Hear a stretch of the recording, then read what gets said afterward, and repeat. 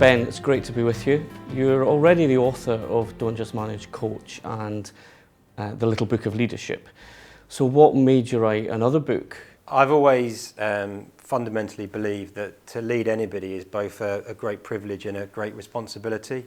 And throughout my career, I've seen a lot of great leaders and I've seen a lot of leaders who aren't so great. And what's always been really important to me is understanding the impact that our actions as leaders have on those around us.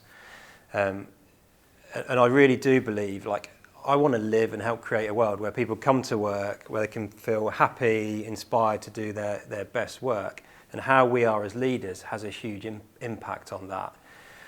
But we can't do that through the application of tools and models, which is what a lot of the leadership training I see in the corporate world and what many leadership books look at. Whereas I wanted to write a book that goes back to the true principles of leadership and what it means to really be a leader. When you decided to write that book, Mission Leadership, what process did you follow to distill all that experience and understanding that you had into something that readers would love and be able to use? A great deal of reflection that at times, if I'm honest, was really challenging. A lot of what's in the book has been unconscious competence for me for a long time. It's just been what I've done.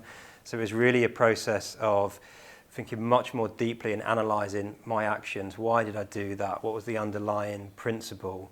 So I could present that in a way that kind of other people would understand.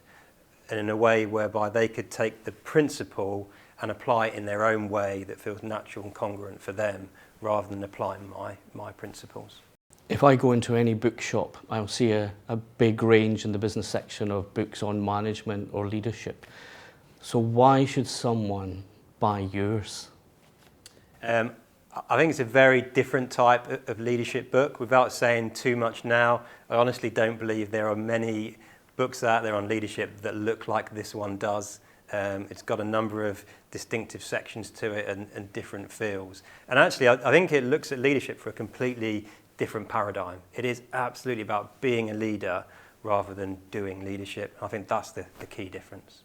So they've got this book in their hand. Your readers are sitting there.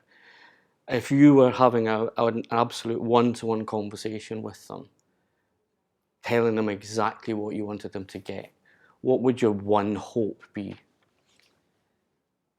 I've probably got two. The main thing that I hope they take away is truly understanding the impact that they have as leaders or a manager, whatever that looks like, whether that's leading a small team or a whole organisation. I just really hope that they leave understanding the impact that they have on a leader as those that they lead. Because what we do as leaders, that has a far-reaching impact. How we are, how we make people feel will affect not just how they are at work, it'll affect how they are at home. And how they are at home will affect how they are with their loved ones or their children or their partners. So I really hope they go away understanding the positive impact that they can have on leaders, or equally the shadow that they can cast as a leader if they don't get it right. Clearly you're really passionate about your own leadership, yeah, and encouraging other people into their leadership. And you have this core idea of values and personal values. Yeah. How does that link to leadership in your way of looking at leadership? Values are fundamental to leadership. When I'm coaching or mentoring senior leaders on leadership, or if I'm running a leadership program, I'll often, if not always, say to the group, if there's just one thing you take away from this program, I'd want it to be a deep understanding of your personal values and the impact that they have. Because when we're clear on our values and we live and we lead in accordance with those values, we'll come across as consistent. And when we share those values, people will understand why we're making the decisions that we make. And then when we make those tough decisions that we all have to make as leaders, especially in the grey areas where there's not a clear-cut right or wrong decision, when people know what our values are, they'll understand what's driven that decision-making process, and they'll be much more inclined to follow us or do as we ask, because they know why we've made that decision. Values that you've just spoken about can often lead to conflict. So how would a leader cope in a situation where their values are different either to the values of their team or to the values perhaps of the organisation that they're in? Shared values are really important for leaders, and what I mean by that is it's important that we have a sense of shared values with the team that we work closely with, and it's also important that there's an element of shared values with the organisation that we work for. But the important distinction here is that the words that we put on our values don't necessarily have to be the same. For example, my integrity could be very similar to your honesty. So it's about, as leaders and teams and businesses, understanding what we actually mean by those values words.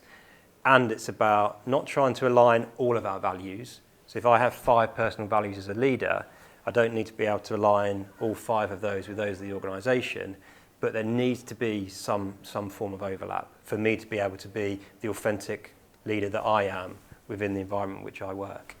And you know what? If as a leader, if only a couple of our values aligned, or worse, if we've got a number of values that are completely opposing those of the organisation, then it's time for us as an individual to look at making some of those tough decisions and asking ourselves, is this the right organisation for me? Because if I can't live my values, I can't be an effective organisation. So it may be that I make the decision to go and work somewhere else.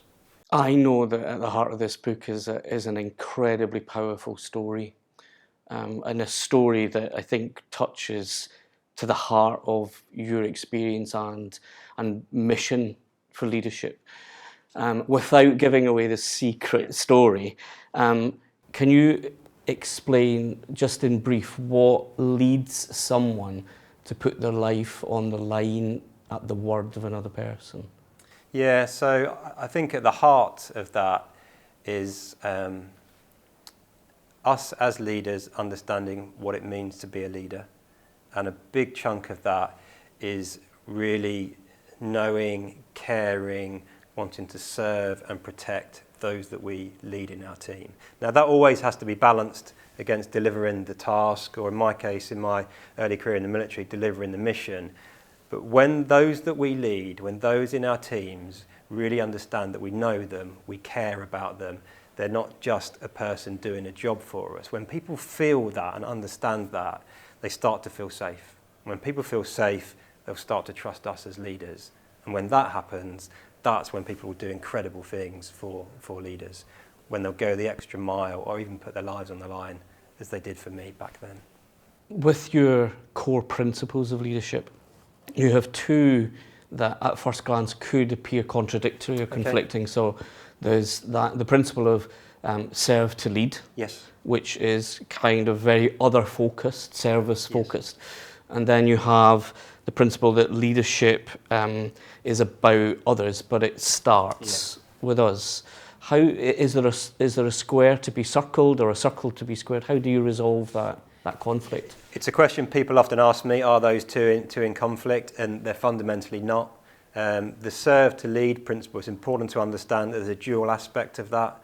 So on the one hand, it means that as leaders, we must serve in order to lead. So we must be of service and in service of those that we lead.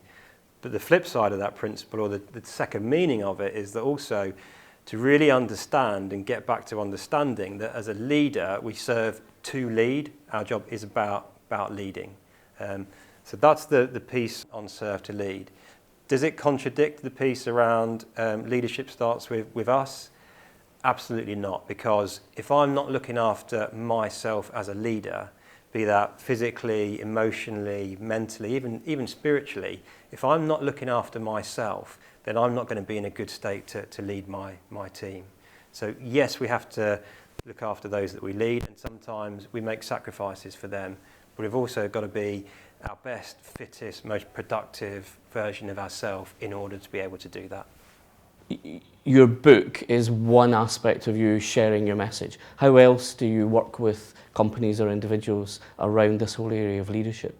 Yeah, so I tend to do a couple of things, all helping leaders to be the best version of themselves, or teams to be the best version of themselves. So my work tends to be a mixture of one-to-one coaching and leadership mentoring with senior executives, corporate leadership programs, so working with senior level leaders or those stepping into their first senior level leadership role in order to help them be the very best leader they can possibly be. and also through doing a lot of keynote speaking that really enables me to share this message with as many people as I can, so that kind of people can go out there and be the best leaders that they can be and have a positive impact on those in their organisations. Ben, thanks very much for sharing your thoughts on your book. Where can people now find out information about how to attend your courses or get you into their organisation? So you can find out more about me in two places. If you go to theleadershipadvantage.co.uk, you can find more information about the book and some of my keynote speaking work. Or if you go to the 21 Leadership website, you can find much more about the work that I do with corporates.